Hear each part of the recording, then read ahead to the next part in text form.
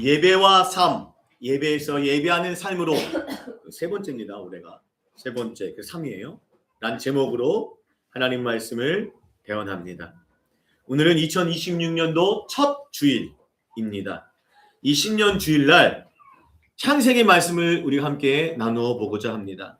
여러분, 제가 창세기 강의를 할 때마다 여러 번 말씀드렸는데 창세기는 크게 두 부분으로 나눠볼 수가 있어요. 첫 번째는 전반부와 후반부로 나눠질 수 있는데 전반부는 1장에서 11장까지의 말씀이에요. 원시 역사라고 하는데요. 창세기 1장부터 11장까지를 원시 역사의 전반부라고 하고요. 후반부는 창세기 12장부터 50장까지인데 12장부터는 누가 등장하죠? 우리가 잘 아는 아브라함이 등장합니다. 그래서 족장, 아브라함과 이삭과 야곱과 요셉까지 이어지는 족장 역사가 후반부의 이야기를 구성하고 있습니다. 근데 우리가 오늘 4장이니까 전반부에 해당하죠.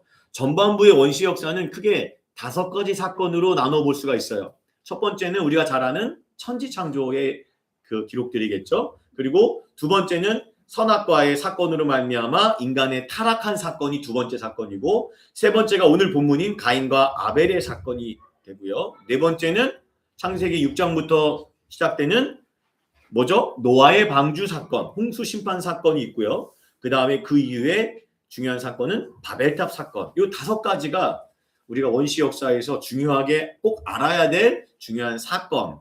이 사건들은 우리가 성경으로 기록한 사건이지만 당시의 사건들은 성경이 없었을 거 아닙니까? 그러니까 계시가 되겠죠. 계시의 사건들이 되겠죠.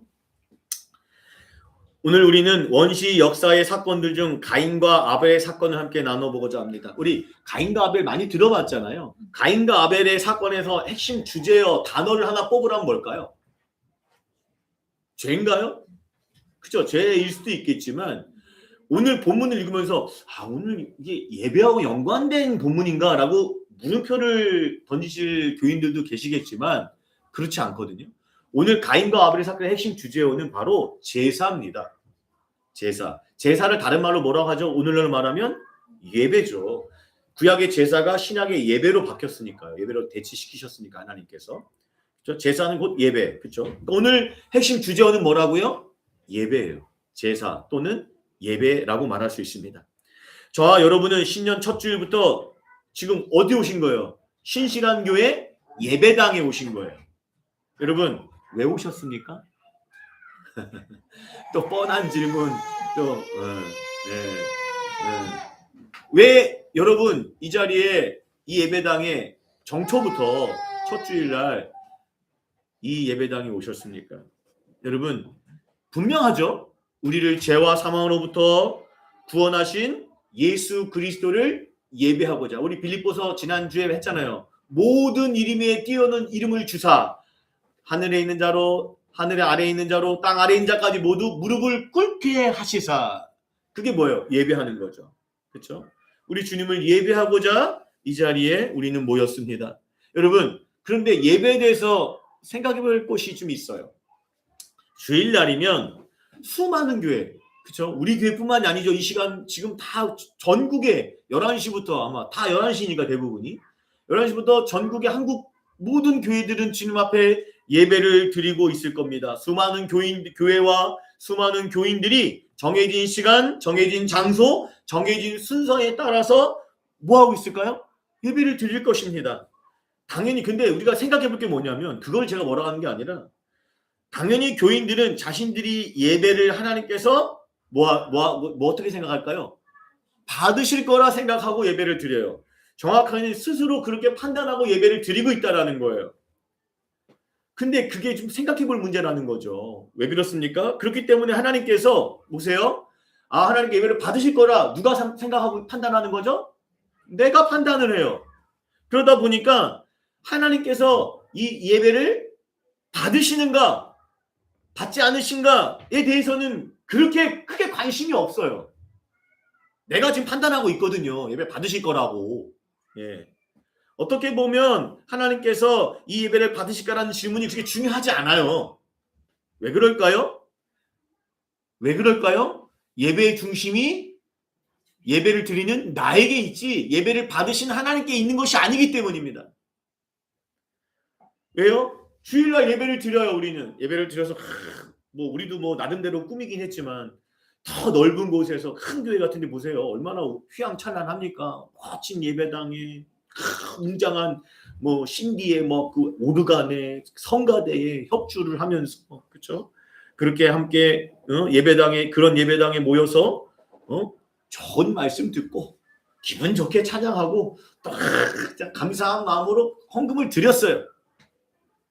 그러면 뭐예요? 소위 나는 뭘 받은 거예요? 은혜를 받았다고 생각을 합니다. 저는 계속 얘기하지만 제 설교를 듣고 감동을 받아서 은혜 받았습니다 라는 말에 저는 반만 믿어요. 반을 봐야 되거든요. 왜냐면 은혜 받았으면은 그 은혜 받는 말씀대로 사는 걸 확인을 하는 것까지가 은혜고지 그 순간 감정이 북받쳐 올라와서 은혜 받았다라는 것은 반만 믿는다고요. 소위 그렇게 예배를 드리면서 은혜 받았다고 생각을 합니다. 그러면은 당연히 내가 드린 예배는 하나님 뭐 하신 거예요? 받으셨다고 내가 판단을 한다는 거예요. 그렇기 때문에 하나님께서 지금 나를 이 예배를 어떻게 보시는지 이 예배를 받으시는지 안 받으시는지 심각하게 고민하지를 않아요. 정확하게 지금 노골적으로 말하면 우리 솔직히 얘기할게요. 관심 없잖아요. 내가 드렸다지 하나님께서 받으셨을까? 내 예배를 정말 기쁘게 받으셨을까? 심각하게 고민하고 기도하신 적 있으신가요? 오늘 말씀을 통해 우리의 예배를 하나님께서 어떻게 보고 계신지부터 생각하셔야 돼요.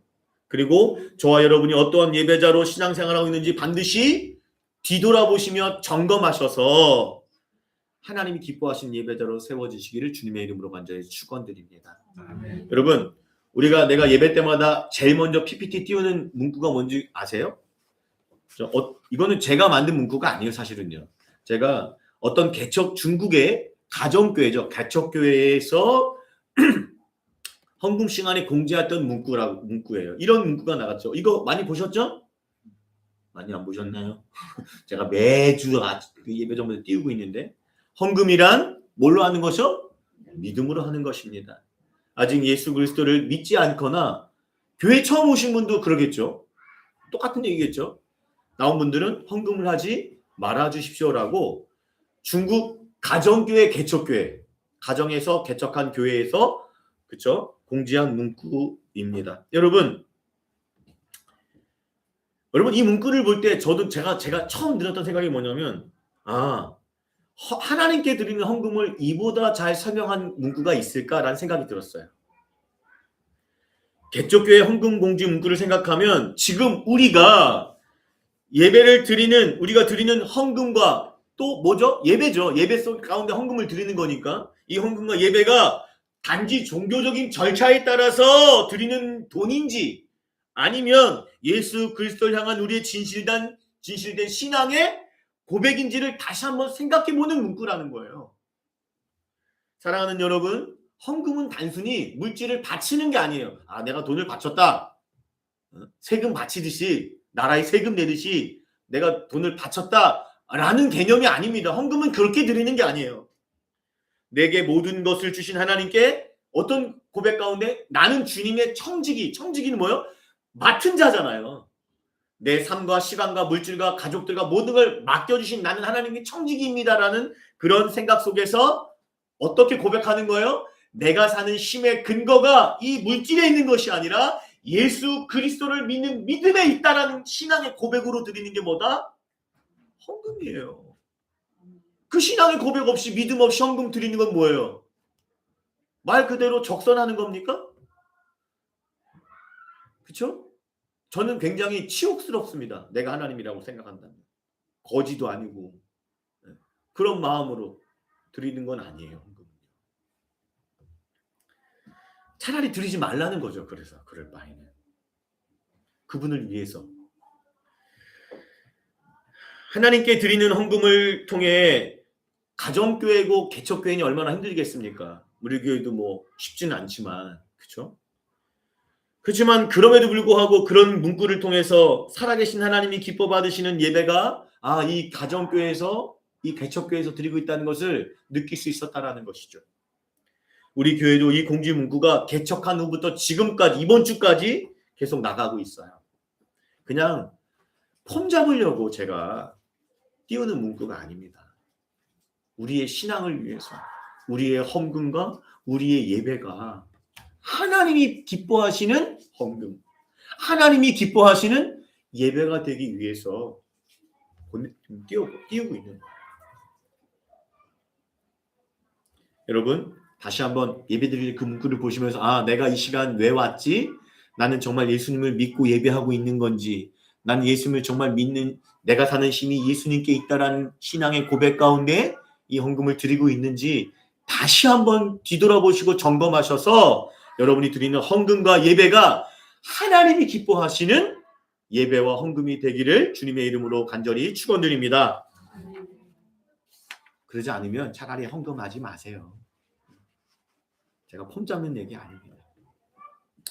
사랑하는 여러분, 똑같은 시간과 장소에서 동일하게 예배를 드려도 그렇지 않습니까? 하나님이 받으시는 예배가 있고 하나님이 받지 않으시는 예배가 있어요. 동일한 논리로 얘기하면 똑같은 기도를 드려요. 이 자리에서 똑같은 기도를 드릴 거 아니에요. 제가 기도합시다 하면 기도할 거 아니에요. 기도하지 않았어도 그 시간은 할 거 아니에요. 제가 쥐야 하고 하면 하실 거 아니에요. 안 하십니까? 대답이 없으시네. 하실 거 아니에요. 근데 똑같이 기도를 드려도 여러분 하늘을 움직이는 기도가 있고요. 허공을 치는 기도가 있어요. 그렇지 않겠습니까? 여러분 예배, 기도, 헌금은요 어떤 형식이나 습관적 행위가 아닙니다. 요식 행위가 아니라고요. 하나님과 교제하는 참된 교제의 믿음의 고백이라는 거예요. 그래서 참된 예배자의 모습은요 여러분 오늘 본문 주제와 연결되는데요. 참된 예배자의 모습은 이 주일날 예배의 모습도 중요하지만 모두 중요하겠습니까? 지난 한 주간과 돌아오는 한 주간의 삶도 굉장히 중요하다는 사실을 잊지 마시길 바랍니다. 그래서 하나님께서 보실 때는 뭘 보시겠어요? 주일 예배 우리의 모습도 보시지만 우리의 삶도 보신다는 사실을 잊지 마시고 하나님 앞에 참된 예배자로 세워지기를 주님의 이름으로 간절히 축원드립니다. 자, 오늘 본문으로 들어가면 오늘 본문에서 하나님을 예배하는 두 사람이 등장합니다. 우리가 잘 아는 누굽니까? 한 사람은 아벨이고 한 사람은 가인입니다. 본문 1절, 2절을 보면 이렇게 시작하고 있죠. 아담이 그의 아내 하와와 동침함에 4장이면 이미 이제 에덴 동산에서 범죄한 후 쫓겨난 후를 말하겠죠. 그래서 동침함에 하와가 임신하여 가인을 낳고 또 누굴 낳습니까? 가인의 아우 아벨을 낳게 되는데요. 여러분 가인의 이름은 뭐냐면 가인이라는 이름의 뜻은 얻다, 획득하다라는 의미예요. 또 아벨이라는 뜻은 헤벨이라는 히브리어인데요. 헛되다. 우리 전도서 1장 2절 보면 헛되노니 헛되도다. 이 단어예요. 이게 헤벨이에요. 그러니까 아벨의 이름은 헛되다라는 뜻을 갖고 있습니다. 여러분 이렇게 가인과 아벨의 이름을 통해서 첫 사람의 첫 자녀들이잖아요. 그렇죠? 이걸 통해서 우리 인생에 어떠하다는 것을 좀 생각해 볼 수 있는 이름들의 의미인 것 같습니다. 우리의 인생은 어떻습니까? 가인처럼 뭐요? 세상을 다 얻은 것 같은 시기가 있어요. 그렇지 않습니까? 없나요? 그런 시기가 있잖아요. 그게 대학 진학이 될 수도 있고 취업이 될 수도 있고 열심히 해서 아파트를 산 수도 있고 그쵸? 그쵸? 여러 가지가 있을 거예요. 오늘처럼 자녀를 등남. 아담이 그랬지 않았을까요? 세상을 다 얻은 것 같은 등남하였도다. 그쵸? 하면서 그런 마음을 갖고 가인의 이름을 지었겠죠. 얻었다. 그럴 때가 있어요. 그런데 인생은 또 어떻습니까? 아벨의 이름처럼 뭐예요? 때로는 우리의 인생의 허무함을 느낄 때가 있잖아요. 그러니까 가인과 아벨은 우리의 인생의 삶을 보여주는 이름들이라고 우리가 생각해 볼 수 있다는 것이죠. 그러면서 아벨은 뭐 하는 자였습니까? 2절 하반절을 보니까 아벨은 양치는 자였고 가인은 농사를 짓는 사람이었어요. 직업이 나옵니다. 그러면서 이어지는 3절 5절 말씀을 보니까 이렇게 이어지고 있습니다. 세월이 지난 후에 이건 뭐예요? 아이들이 자란 거죠.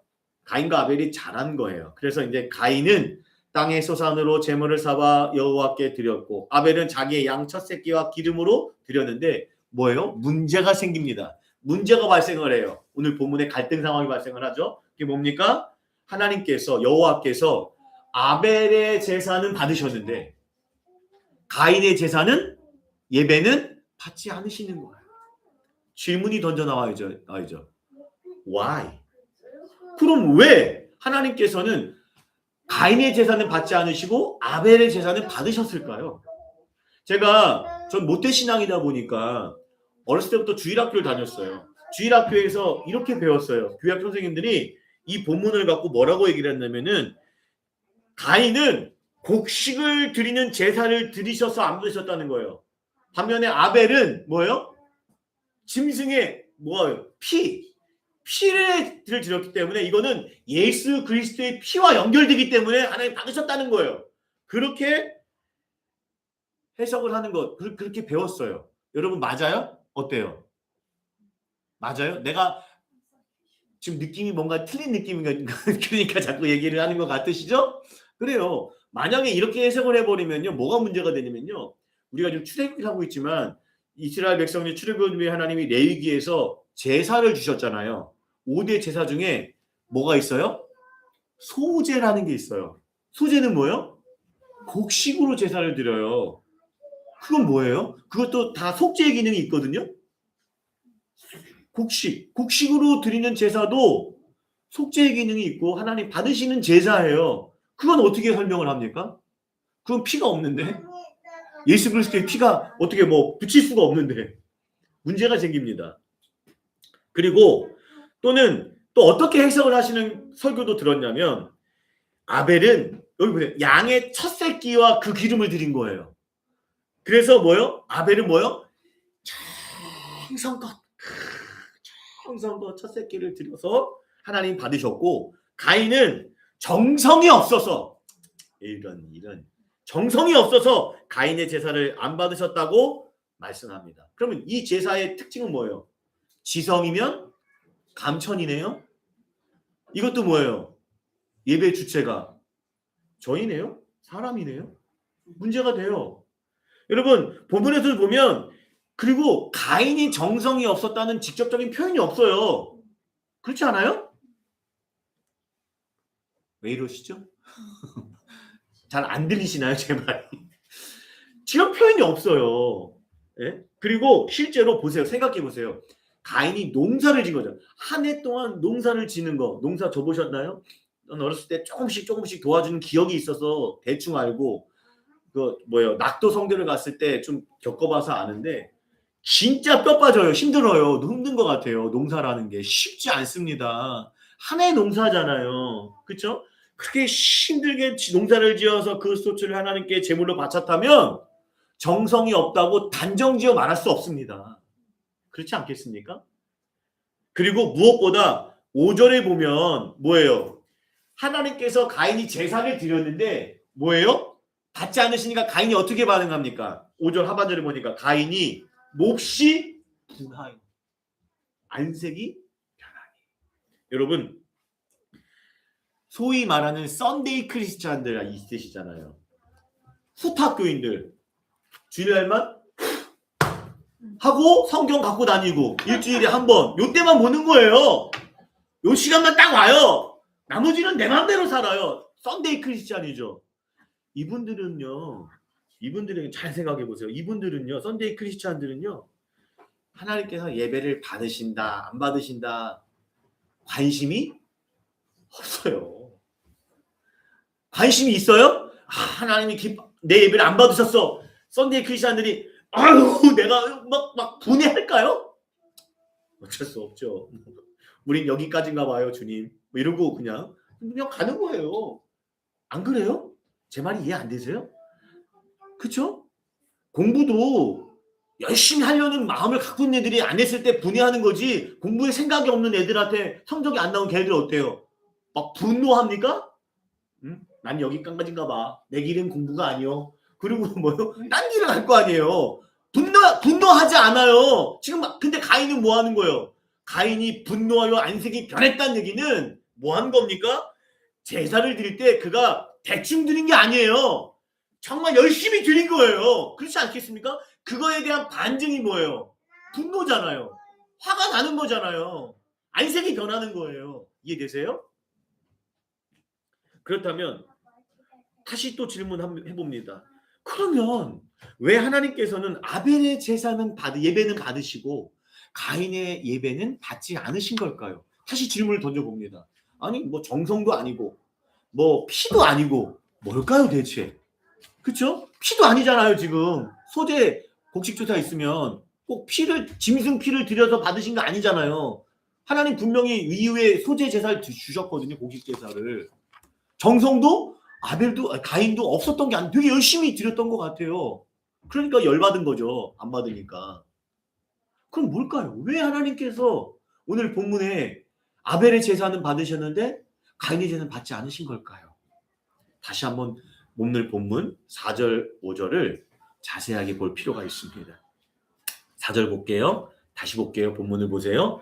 아벨은 자기도 양의 척새끼와 그 기름을 드렸더니 보세요. 여호와께서 빨간색입니다. 아벨과 그의 제물은 받으셨으나 5절 파란색입니다. 가인과 그의 제물은 받지 아니하신지라. 문장을 자세히 보면 여호와께서 받으신 거는 뭡니까? 아벨과 그의 제물을 받으셨고 받지 않으신 건 뭡니까? 가인과 그의 제물을 받지 않으셨어요. 그러니까 단지 본문에서 우리가 좀 주의 보면은요. 하나님께서는 단지 제물 때문에 예배를 받으셨다 안 받으셨다가 아니라는 걸 알 수가 있잖아요. 원문을 보면 좀 더 정확해요. 원문을 볼게요. 원문을 두려워하지 마세요. 그냥 쉽게 설명해 드릴게요. 보세요. 바야샤 아도나이 빨간색이거든요. 히브리어는 이쪽에서 이렇게 가는 거예요. 한글하고 반대입니다. 그러면 바야샤 아도나이라는 거는 하나님이란 뜻이에요. 유대인들은요 하나님 여호와를 직접 쓰지 못해서 아도나이 주님이라고 돌렸었어요. 아도나이가 주님이라는 뜻인데 구약에서는 여호와 하나님을 뜻해요. 그러니까 하나님께서 바야샤가 뭐죠? 뒤에 내가 해석을 단어 뜻 적어놨죠? 응시하셨다. to gaze 뭐예요? 보셨다는 거예요. 그렇죠? 근데 그냥 보신 게 아니겠죠? 하나님 보신 건 그냥 보신 게 아니라 꿰뚫어 보신 거죠. 근데 뭘 보셨어요? 헤벨. 엘이라는 거는 향하여. 뭘 보셨어요? 헤벨. 아벨이죠. 아벨을 향하여. 그리고 그리고 엘. 또 향하여. 어디요? 미나토. 이 제사. 제물. 하나님 보신 건 뭘 본 거예요? 제물과 아벨을 향하여 보셨어요. 뭘 보신 거예요? 꿰뚫어 보셨다는 거죠.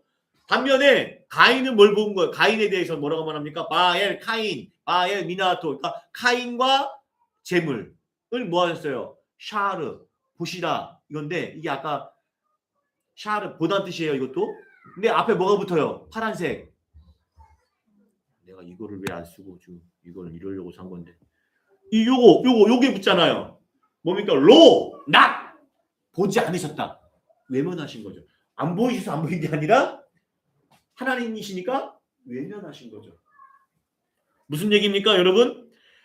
하나님은 아벨과 그의 제물은 뭐예요? 주목하셨는데 가인과 그의 제물은 외면하셨다라는 거예요.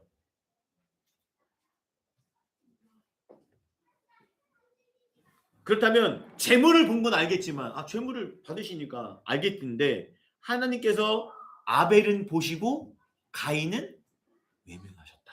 이게 무슨 말일까요? 아벨과 가인의 삶을 의미하는 거예요. 가인을 보시고 아벨을 보셨다는 건 뭘 보신 거겠어요? 삶을 보셨다는 거죠. 아벨의 삶은 보셨지만 가인의 삶은 외면하셨다라는 거예요.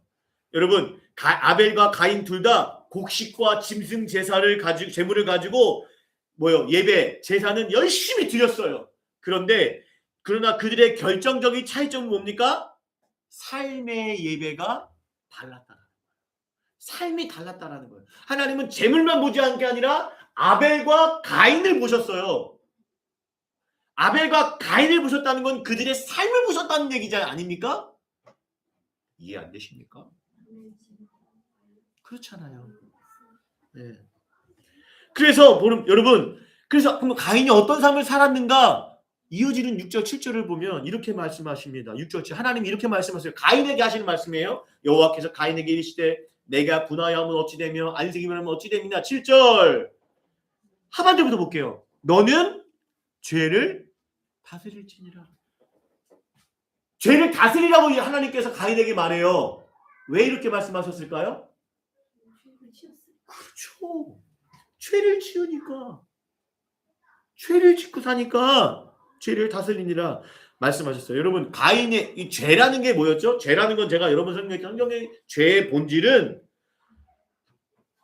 하나님의 뜻에서 벗어난 모든 상태, 우리의 마음과 생각과 말과 행동이 하나님 뜻에서 벗어난 상태로 있는 거예요. 그게 죄고요. 그래서 우리가 흔히 아는 뭐 살인, 거짓말, 도둑질, 음란 뭐 이런 것들은요. 하나님을 떠났을 때에 나타나는 죄의 열매예요. 알겠죠?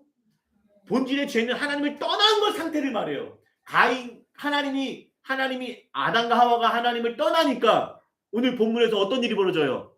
그의 자녀 중에 하나인 가인이 뭔 일을 저질러요? 살인을 저지르잖아요. 하나님을 떠난 가인이. 그렇죠? 그러니까 가인이 죄를 짓는 삶을 살았기 때문에 죄를 다스리라. 가인의 마음은 이미 지금 뭐예요? 하나님을 떠난 상태라는 거예요. 근데 더 심각한 게 뭐예요? 더 심각한 게 뭐예요? 그럼에도 불구하고 하나님께 열심히 제사했다는 거예요. 이게 충격이라는 거예요. 아니에요? 열심히 예배 드릴 수 있어요. 근데 뭐 하는 거예요? 마음 상태는. 여기 앉아 있어도 마음은 콩밭에 가 있는 거예요.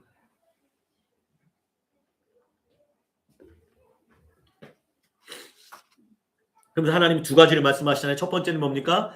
내가 선을 행하면 어찌 낯을 들지 못해. 이 낯이라는 것은 민낯할 때 민낯할 때 그 낯이에요. 얼굴을 말합니다. 근데 원문에는요. 이 얼굴이라는 단어가 없어요. 얼굴이라는 단어가 없고 그 나사에서 파생된 샤트라는 단어인데 이게 들어올리다라는 뜻이거든요.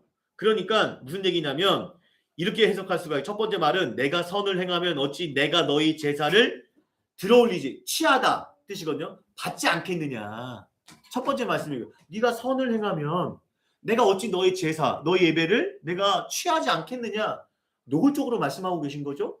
그리고 두 번째는 뭡니까?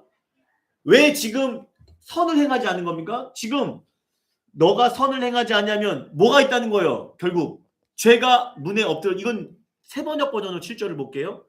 내가 선을 행하지 않냐면 건 내가 올바르지 못한 일을 이미 하고 살아요.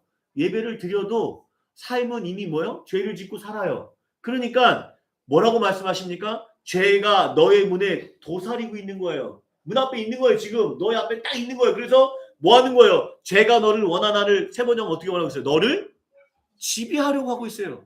여러분 죄의 문제에 대해서 우리가 분명히 알아야 될 사실은 뭡니까? 죄는요 중간이 없어요. 내가 가만히 있으면 뭐 괜찮겠지 이게 아니에요. 죄는요 지배를 당하거나 지배하거나 그러니까 지배한다는 건 죄를 이겨내는 거죠. 죄를 이겨내는 길은 뭡니까? 죄인이 죄를 이겨내는 거는 하나님의 은혜를 믿고 회개하는 길밖에 없어요. 돌이키고 살아가는 삶. 그래서 죄를 이겨내야 되는데 그러지 못하면 어떻게 돼요? 중간은 없으면 어떻게 돼요? 도리어 죄의 지배돼. 죄의 종으로 살아서 죄를 짓고 산다는 거예요. 중간은 없어요. 그래서 여러분 성경에서 죄의 열매에 대해서 뭐라고 말합니까? 죄에 대해서 성경에서는 죄에 관해서는 뭡니까? 심판과 구원만이 있는 거예요. 사람은 죄인 아니면 죄에서 용서받은 죄인. 그렇죠? 밖에 없어요. 그래서 심판과 구원밖에 없는 거예요. 중간이 없어요. 아, 나는 뭐 전과가 없으니까 난 죄인이 아니야? 라고 말씀할 수 없어요.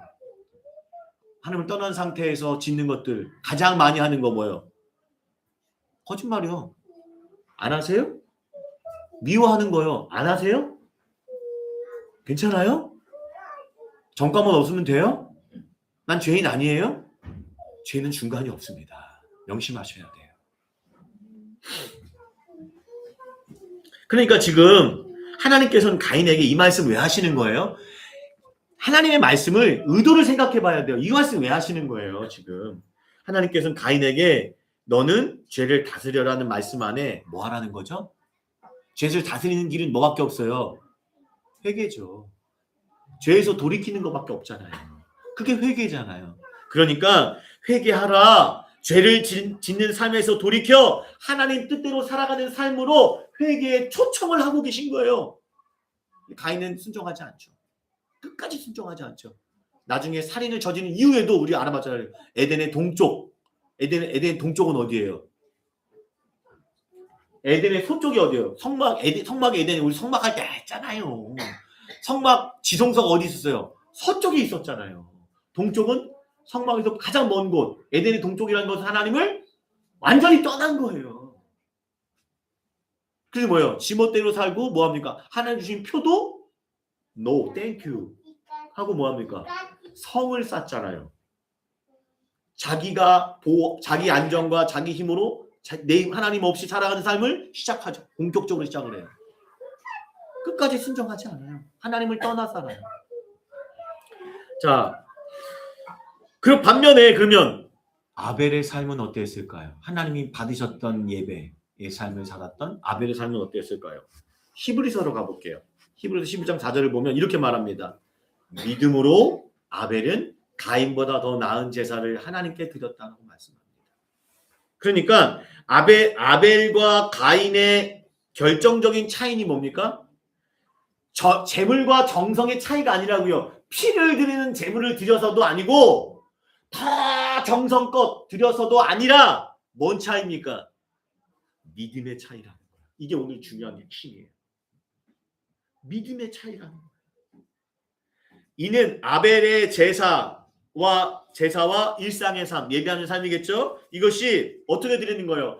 이 시간 예배할 때도 하나님을 신뢰하는 믿음을 갖고 예배하고 예배가 끝난 이후에도 뭐예요? 하나님을 신뢰하는 믿음의 삶으로 살아갔다라는 거예요. 여러분 히브리서 11장 6절에 보면 이렇게 또 이어지는 말씀을 하죠. 믿음이 없이는 하나님을 기쁘시게 하지 못하나니 라고 말씀하고 있습니다. 여러분 아벨은 믿음으로 하나님이 기뻐하시는 제사 곧 하나님께서 보시기에 합당한 예배와 예배하는 삶을 살아갔다는 거예요. 사랑하는 여러분, 우리 하나님께서는요, 우리 주일 예배에서 거룩 할렐루야 아멘 아멘 이것만 이 예배만 보시지 않습니다. 뭐도 보십니까? 여러분의 한 주간의 삶, 2025년도 한 해의 삶을 함께 보시는 분이시라는 것을 잊지 마시길 바랍니다.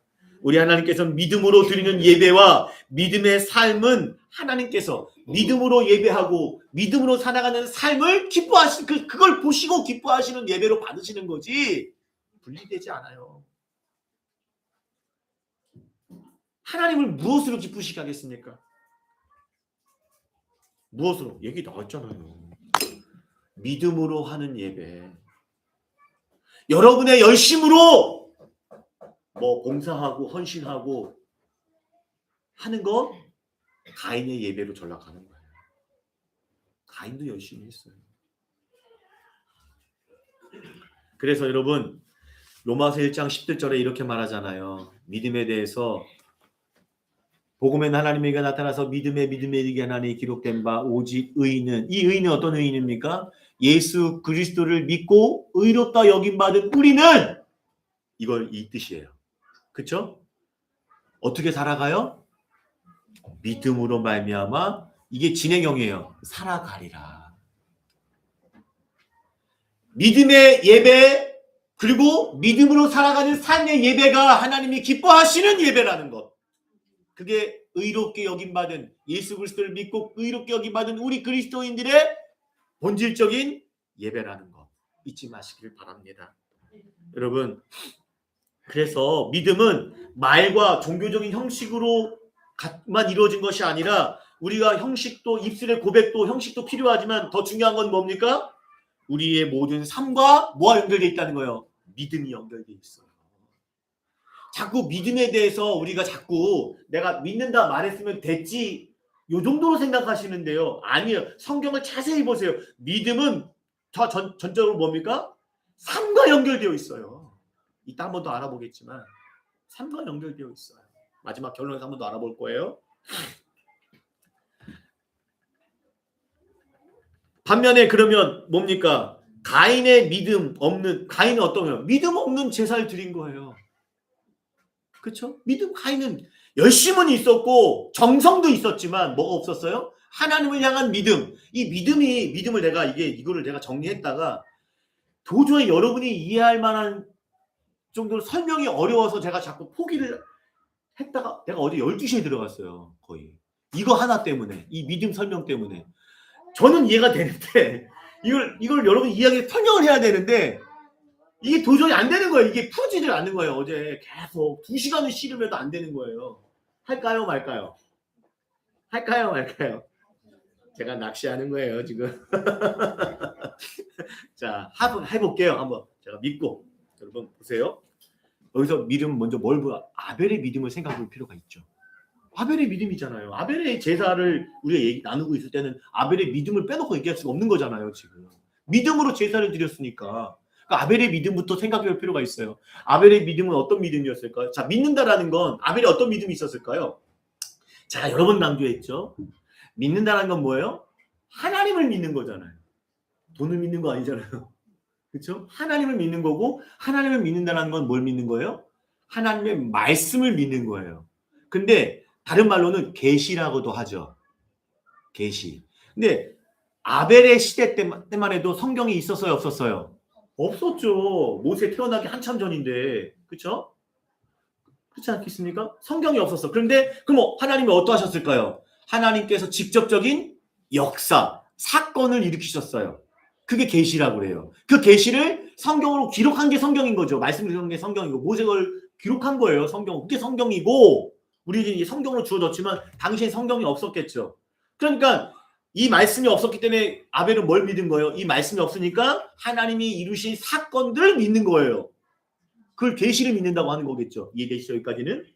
되시죠? 그런데 아벨이 뭘 믿었을까요? 그러면 당시에 성경도 없었는데 아벨은 분명 믿음으로 제사를 드렸다고 했잖아요. 뭘 믿었을까요?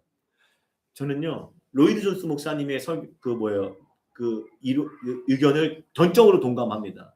로이드 존스 목사님은 창세기 3장 21절 아벨이 그걸 믿었을 것이다. 그게 뭡니까?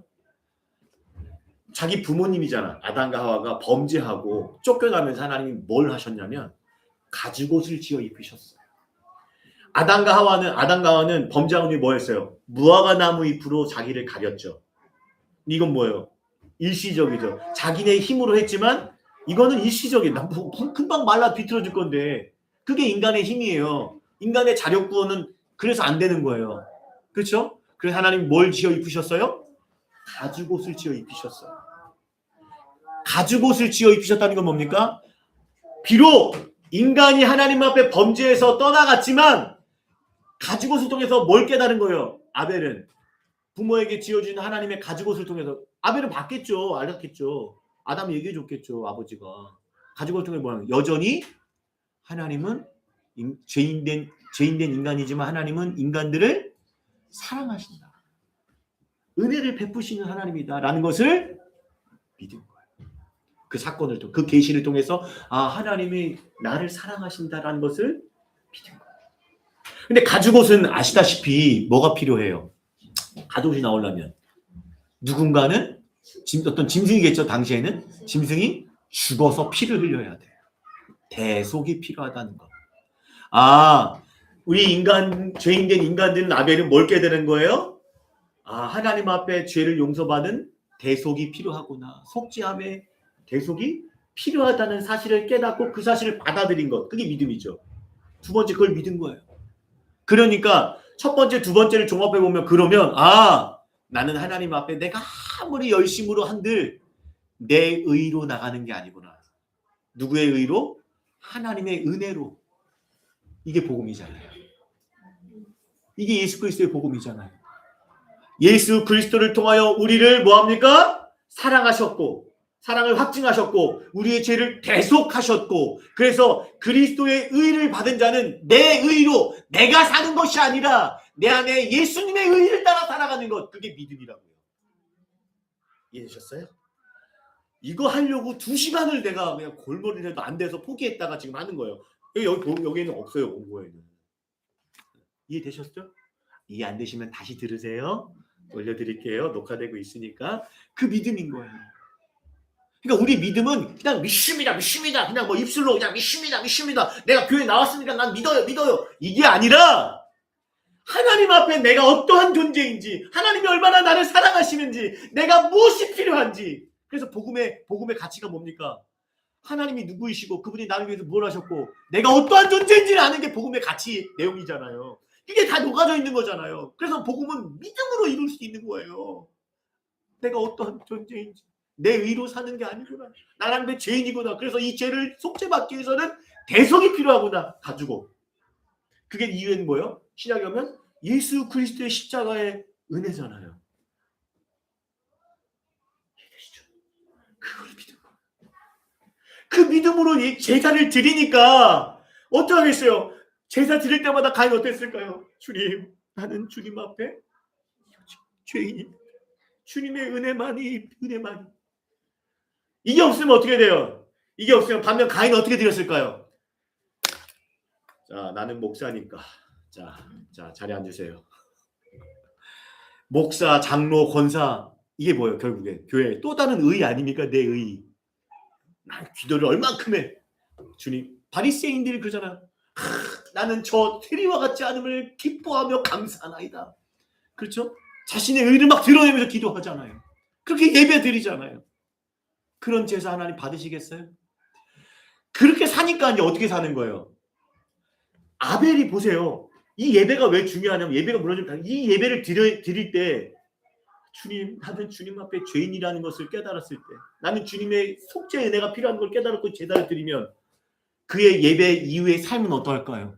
함부로 살까요? 주님의 은혜를 구하며 살겠죠. 지가 사는 삶이 아니라 주님이 사는 삶을 살도록 몸부담을 지겠죠. 반면 가인은 어떻게 살았을까요? 내 열심, 내 의로 내가 중심된 예배를 드렸으니까 당연히 예배 이후의 삶도 뭐가 중심이에요? 지가 중심인 거죠. 내 뜻대로 산다는 거죠. 내 맘대로 사잖아요. 가인이 그렇게 살잖아요. 예배 형식은 갖췄어요. 중요한 사실은요, 가인도 열심히 예배 드렸다라는 거예요.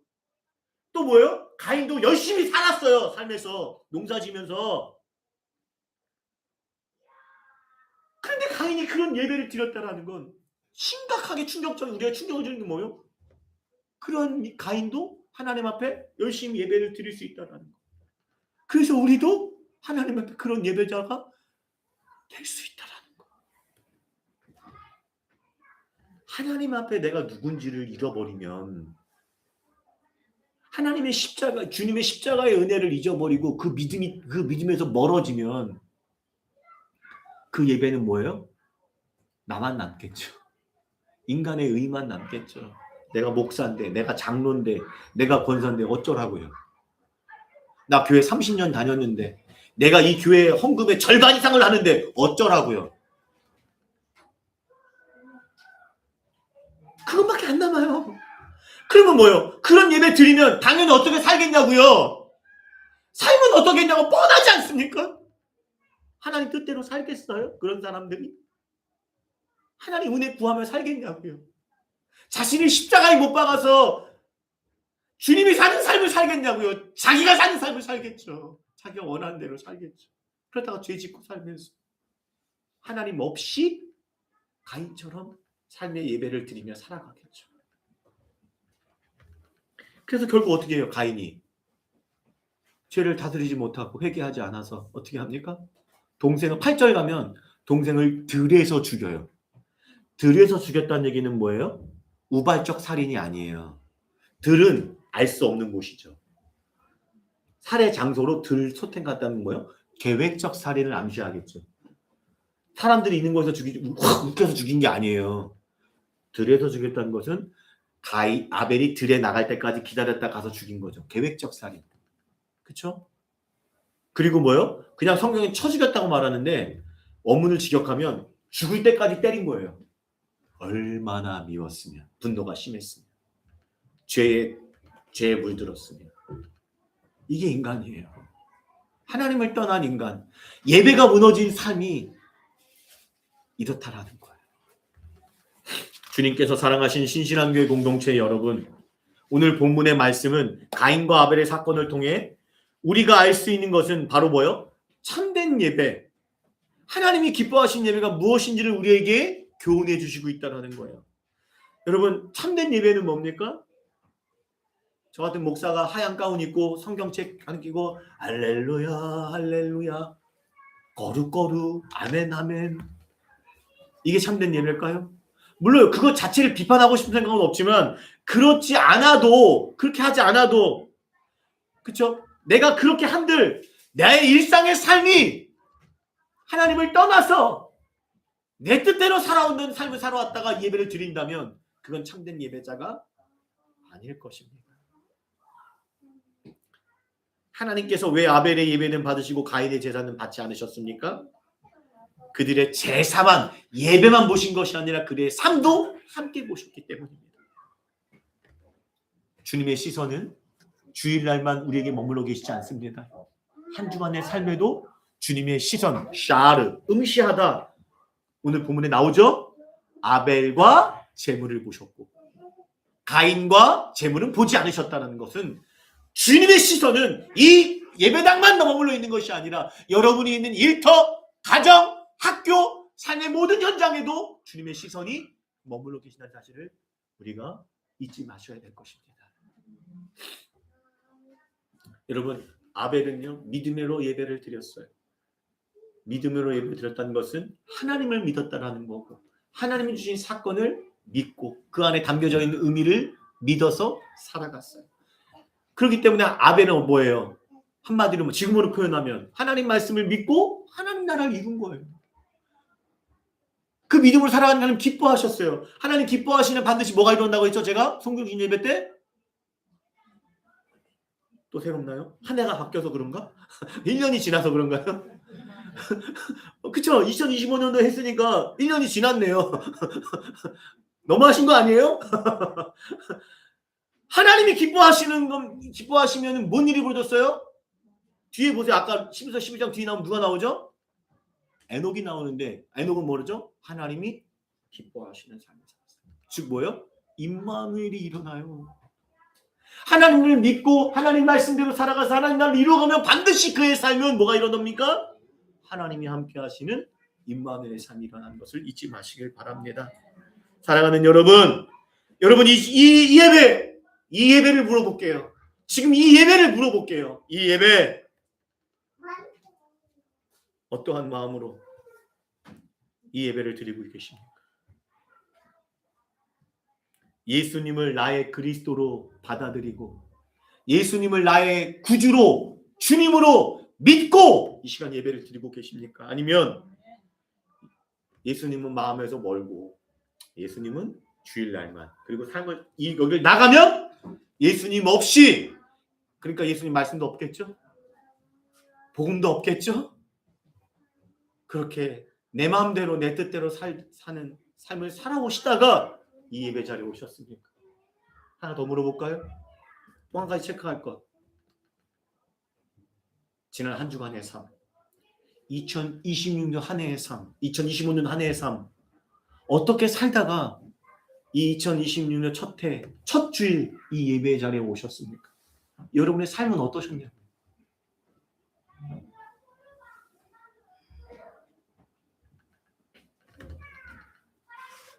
혹 믿음으로 예배하고 믿음으로 살아가는 예배하는 삶을 살지 못하셨다면 이제 오늘 이 예배를 시작으로 다시 우리의 예배와 삶을 바꿉시다. 올해부터는 먼저 뭐예요? 믿음으로 세워지는 예배를 드리셔야 돼요. 그 믿음은 뭡니까? 예수님이 나의 그리스도이십니다. 예수님이 나의 주님이십니다.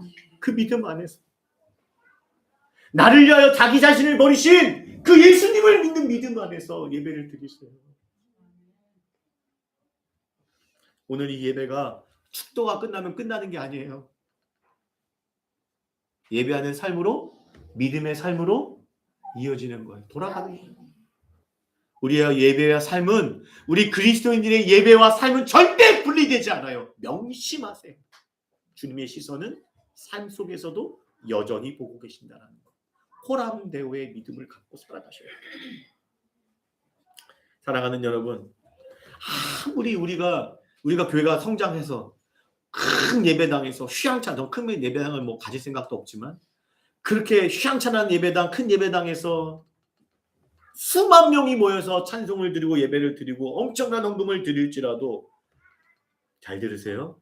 우리가 가인과 같이 예배를 드린다면 예배적 열심은 있지만 믿음의 예배도 없고 믿음으로 사는 삶도 없다면 그 예배를 어떻게 보실까요? 죄를 짓는 삶을 살다가 와서 예배에 열심만 갖고 내 의를 갖고 열심히는 해요. 예배를 열심히 살아가도 삶도 살아요. 그런데 믿음 없이 믿음으로 사는 삶 없이 하나님을 예배하고 살아간다면 어떤 일이 벌어질까요? 그게 이 구약의 이스라엘 백성들이었어요. 이사야 선지자 이렇게 통해서 하나님이 이렇게 얘기하잖아요. 이렇게 하나님께서 아예 혀를 내두르세요. 11절 여호와께서 말씀하시되 너희의 무수한 재물이 내게 무엇이 유익하뇨? 나는 빨간색을 입으세요. 나는 기뻐하지 아니하노라. 뭘요? 순양의 번제와 살증의 짐승 기름에 배불렀고 나는 수송아지 어린 양의 수송의 피를 많은 헌금과 제물을 드린다 한들 너희가 엄청난 예배당에서 수많은 사람들이 모여서 하나님을 예배하고 찬양한다 한들 나는 기뻐하지 않는데요. 왜요? 12절 너희가 내 앞에 보이러 오니 예배하러 온다는 거죠. 주일 예배로 온 거예요. 수많은 사람들이 왔어요. 이것을 누가 너에게 요구했냐? 너희는 뭐 하는 거예요? 내 마당만 밟을 뿐이니라. 헛된 재물 가져오지 말래요. 헌금 금지, 예배 금지 시키세요. 왜요? 분양은 내가 가증이, 분양 이거 기도해요. 분양은 내가 가증이 여긴대요. 왜요? 월삭과 안식일로 모이는 이 예배, 지금 하면 주일 예배 같은 거예요. 너희가 예배드려 모이는 거 내가 견디지 못하겠노라. 왜요? 빨간색 같이 읽겠습니다. 시작. 성애와 아울러 악을 행하는 것을 내가 견디지 못하겠노라. 수많은 재물과 제사를 드리고 수많은 사람들이 모여서 할렐루야를 찬양하고 외치고 분양하고 기도하고 이렇게 협의로 모이고 예배를 드린다 한다는데 너희의 삶이 하나님 말씀을 버리고 죄를 짓고 악을 행하면 그리고 뭐 하는 거예요? 또 주일날 와서 예배드리고 안식일 예배드리고 난 속죄제사 드리고 재물 드려서 나는 속죄 받았어 할렐루야. 그리고 또 뭐 나가서 또 시간 지멋대로 죄 짓고 살다가 또 와서 하나님 뭐요? 못 견디겠대요. 이거 원어 지역하면 토해봐. 역겹대요. 사랑하는 여러분, 우리의 신실한 교회 예배는 어떤 예배를 드리고 있습니까? 마당만 밟고 가는 예배 드리는 예배자가 아니십니까? 이곳은 다 내가 그러잖아요. 다 거룩해 보이세요. 죄송해요. 다 거룩해 보이세요. 근데 여러분의 삶은 어떠십니까?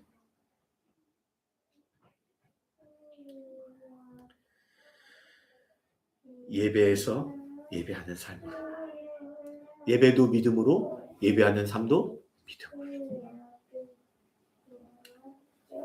오늘 찬양할 때에 이 찬양이 있어요. 주님이 찾으시는 그 한 사람, 그 예배자를 찾으신대요. 주님을 예배하는 그 한 사람, 그 예배자 어떤 사람이겠어요? 주님을 온전히 신뢰하는, 그 사랑을 신뢰하고 그래서 그 사랑 안에서 내가 하나님 앞에 하나님의 사람답게 살아가고자 몸부림치는 믿음의 삶을 살아가고자 하는 그 한 사람을 예배자로 찾으시는 거예요. 우리 그렇게 예배하고 살아가고 계십니까? 그러면 이것만 나누고 이제 말씀을 마칠게요. 목사님, 믿음의 예배는 뭔지 알 것 같아요. 그렇죠? 그러면 믿음으로 사는 삶은 뭘까요? 그럼 그때는 뭐 믿음으로 사는 믿음의 예배는 우리가 찬양도 드리고 기도도 하고 여러 가지 것들을 하잖아요. 이렇게 말씀드리고 아멘하고 받아들이기도 하고 하잖아요. 뭔가 형식 속에 보여지는 것들이 있는데 믿음의 삶의 예배는 뭘까요? 요거 중요하지 않아요? 자꾸 제가 삶을 강조했는데 요거를 얘기 빠뜨리면 안 될 것 같아서 그냥 뭐 열심히 살면 됩니까? 아니면 여러분 직장에서 예수님 찬양 일하다 말고 막 예배 막 부흥이 하면 돼요? 원장님 그 회사에서 막 하다 가다가 기도 막 예수님 찬양하고 오면 이러면 돼요? 이게 믿음의 삶의 예배인가요? 그런 걸까요? 요한일서 3장 23절로 갈게요. 여기에 우리가 뭘 찾을 수 있어요? 믿음으로 삶의 예배를 드리는 게 뭔가를 알 수 있어요. 같이 읽을게요. 시작. 그의 계명은 이것이니 곧 그분의 아들 예수 그리스도의 이름을 믿고 나오죠. 또 그분께서 우리에게 주신 계명대로 서로 사랑하는 거예요. 우리가 예수 그리스도를 믿어서 찬양도 드려요. 경배도 드려요. 기도도 해요. 종교적인 형식과를 나눠요. 말씀도 드리고 아멘해요. 이 예배를 드립니다. 그래서 은혜를 나눠요. 그러면 그 믿음을 갖고 우리가 삶으로 나가서 예배하는 삶을 살아가는 건 무엇으로 그 믿음이 증거돼요? 믿는 자는 어떻게 살아가요? 서로 하나님을 사랑하고 이웃을 사랑하는 거예요. 이게 뭐예요? 삶의 예배의 핵심입니다. 이 마음 갖고 사는 거예요. 우리가 직장에서 길 가다가 아니면 직장이나 가정이나 여기서 뭐 자꾸 막 24시간 내내 예수님 찬양 할 수는 없잖아요. 그건 여기서 하는 거예요. 그럼 여기 밖에 나가면 어떻게 삶의 예배를 드리겠어요? 예배 형식을 따로 있는 게 아닌데 지금 이렇게 하는 게 아닌데 어떻게 드리겠어요? 그 믿음의 삶의 예배는 무엇으로? 예수님처럼 서로 사랑하는 삶으로. 그게 예배하는 삶의 본질입니다. 2026년 한 해 우리 신실교회가 예수 그리스도를 믿고 이렇게 하나님의 은혜 가운데 하나님이 기뻐하시는 주일 예배를 드리고 수요 예배 드리고 각종 예배를 드리고 나서 우리의 주어진 삶의 현장으로 나갔을 때에 하나님께서 그토록 사랑하시는 예수님께서 그토록 사랑하시는 어려운 이웃을 섬기고 사랑하는 삶으로 삶의 예배를 이루어 가시기를 믿음의 예배를 이루어 가시기를 주님의 이름으로 간절히 축원드립니다. 아멘.